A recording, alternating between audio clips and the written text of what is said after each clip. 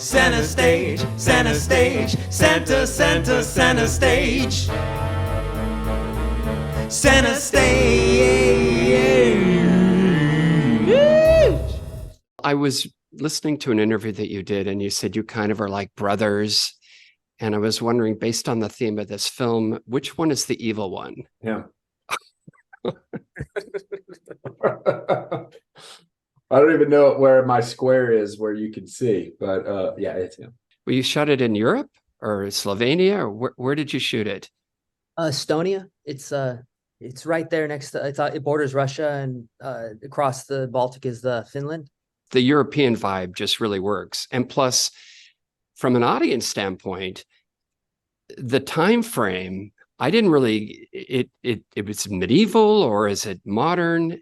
And the other thing I liked about the movie is this notion of evil and good, but you don't really know who is ultimately which in the film. It doesn't really reveal that. We've talked a lot about that theme, about it's kind of like it's the moral imperative of an individual to whether or not they educate themselves or to think hard about what is good and what's evil. We're definitely not taking a sophist approach of like there is no such thing as good and evil. We think there's definitely a huge difference, but the difficulty in figuring that out a lot of the times, whether or not you think you're doing something good and it's having evil consequences. Leah, you kind of evoke a little bit of Father Karras in the opening of the film. It reminded me of The Exorcist. Did you draw some references from some classic horror films? Exorcist is a huge influence, but the character as a priest, much more influenced by just the Jesuit order in particular, about how they are a little bit different than the Benedictines or the Augustines, and that they're like, they're the ones who set up all the schools, just more skeptical, more logical, wouldn't really just immediately jump to that this is probably real. Did you all go to a Jesuit college? I did. I went to Loyola Marymount. Oh, I went to the University of Notre Dame, which is the Holy Cross. But I just love the Jesuits. My film professor in college was an ex-Jesuit priest, and he probably had the biggest influence on me in getting interested in religious horror and what you can do with the genre. Yeah. In what way? What was the influence that he gave you? He said that horror was the only genre of film where you could make God or divinity the subject of your film and still have mainstream audiences engage with it. And so as a Catholic, I wanted, and Cru as a Christian, it was just the perfect genre to explore a lot of these Catholic and Christian themes that we've always been really interested in using this genre. Your film starts out with a beheading, and it is so striking. And we don't really see it, but we see the results of it, the splattering of the blood, but we know what's happening. And it just, when I first watched it, I'm going, oh my God, what am I in for? Because I don't really like gory movies. I like movies with a story. It's a Zoroastrian temple.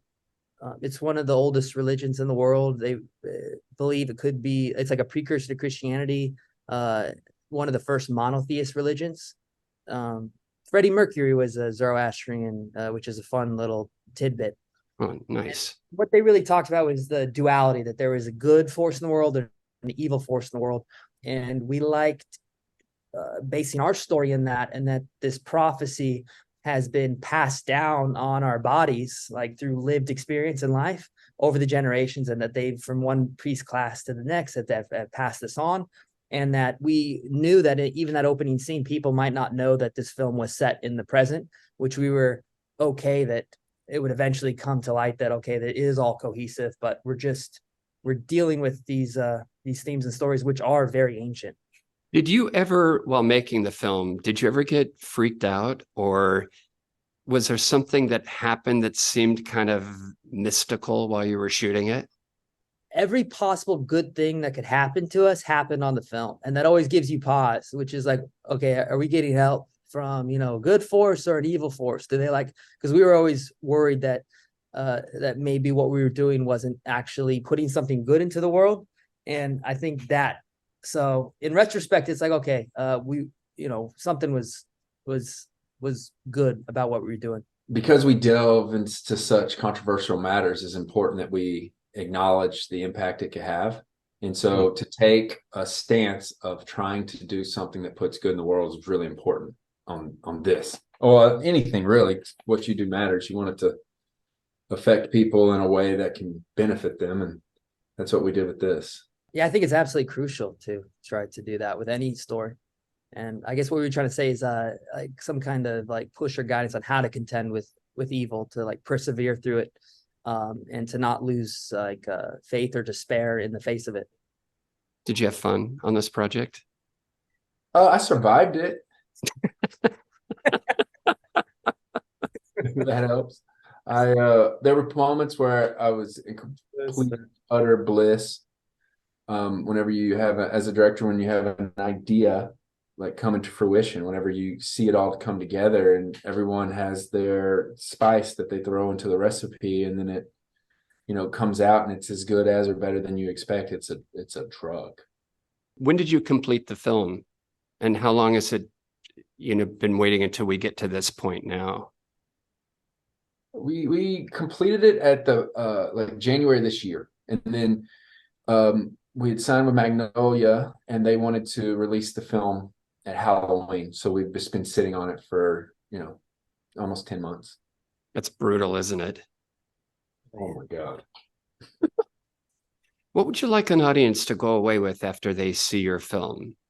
We wanted to create a fun movie, but then had some deep meaning that if you chose to look into it, that you really could pull back the layers, and then it would reveal itself to you. You have kind of a Jared Leto vibe going too. You In the movie? Oh gosh. yeah. But you're very consoling. I mean, you are like, I would become a Jesuit just to talk to you.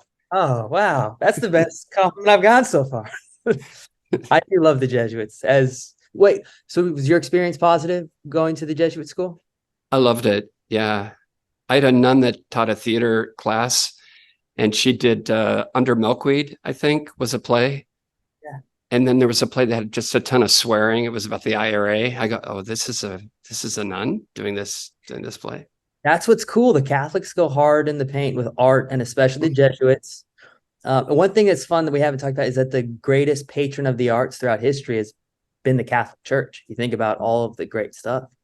How did you assemble such a great cast? I mean, the one priest with the eye. Oh, Thomas, yes, all. And it's almost foreshadowing what's going to happen to him. Oh yeah, no subtlety there. It's a cringe moment. I mean, there are cringe moments, but you do let us breathe. We wanted to create an international cast, and so we had our list of actors that we liked for the role. Thomas was someone we just wrote a letter to and made an offer, and he came on. And the same thing with Sid. They're completely polar opposites, which we wanted for the story. But with the Enterprise, how did you get him to beam down on Earth? What happened there? I mean, yeah, reached out and to his agent and sent a pitch deck and a script, and we got lucky because of the pandemic. It made it through, and Oh yeah, and he had just played Judas in Terrence Malick's film, so I think he was primed and interested in this kind of genre, like this kind of storytelling. Any stories to add before we close? The Ice Cross, it was that was real. About I think almost 98% of our movie is practical effects, and that was a negative 16-degree night when we cut through 22 inches of ice for Leroy and Steffi. Steffi plays Maria Vera's stunt double to go into the water. Leroy went into the water, and he the crew, it's like ice baths and saunas are a big part of Estonian culture. They were all for like the Westerners to see what they're good at. But then when Leroy went under the water, they were like freaking out because they don't do that. That's insane. He went under the water, and then it was like, oh, he survived it. So it's like, let's do another one, and then another one. And then at one point he got up and he's like, crew, he was all loopy. He's like, crew, and he had his hair and he just goes like that, and he was looking at his hair just broke off. And we're like, all right, well, that's enough. Oh. We're moving on. Oh my God, Lee, well, I heard you trained for like a month. You said something in an interview that you could go into cardiac arrest if you didn't do any kind of training.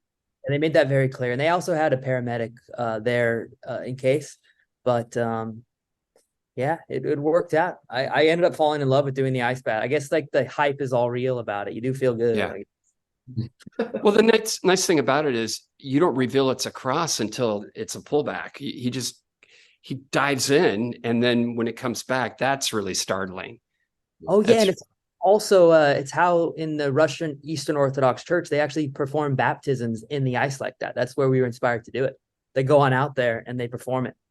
You seem very knowledgeable about this stuff too, Lee. You've done your homework. Yeah. I would be a novelist if I wasn't a filmmaker. I read like just about everything from Tolstoy and Dostoevsky, and Cru actually keeps me on earth, where it's like, you know what, Lee, if we're making a movie, if you want to get these ideas across, you're gonna have to go write a book. And you have a production company together, so you're in it for the long haul, right? We're film married. We're film married. All right. Well, listen, thank you so much for taking the time out. And I know you've been doing a lot of these things, but hang in there. You're almost home. Thank you. Until the next one. Yeah. Okay. Bye-bye. Thank you, Mark. Center stage.